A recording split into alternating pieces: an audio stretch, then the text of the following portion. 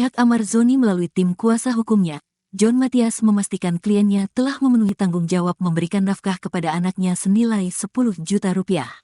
Amar Zoni dirasa mampu untuk bertanggung jawab atas putusan cerainya dari Iris Bella di Pengadilan Agama Depok, Jawa Barat itu. Namun, belakangan tudingan Amar Zoni dianggap tidak bisa memenuhi tanggung jawabnya beredar dalam pemberitaan. John Mathias pun pasang badan menanggapi hal tersebut. Jadi kami minta kepada rekan Emile yang juga mantan pengacaranya Amar, coba kita sama-sama menjaga hubungan dengan mantan klien itu mengacu pada kode etik advokat. Pasti beliau paham bagaimana kita bersikap terhadap mantan klien, kata John Mathias kepada awak media, Selasa, tanggal 26 Maret tahun 2024, malam. John Mathias menyayangkan pernyataan yang menyebut Amar tidak mampu menyanggupi pembayaran nafkah bagi kedua anaknya.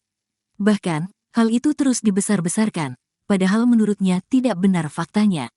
Untuk itu karena bulan suci, kita sama-sama menjalankan ibadah bulan suci. Baik Amar, Iris, mari kita menjalankan ibadah puasa ini, tidak lagi menjustifikasi yang tidak benar, ujar John Mathias.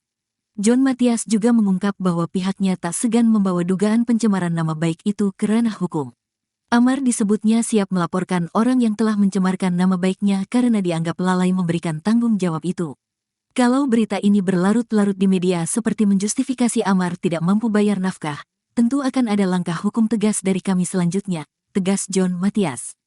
Pasalnya, sejauh ini Amar telah memberikan nafkah bagi Iris Bella dan kedua anaknya senilai 10 juta rupiah per bulan.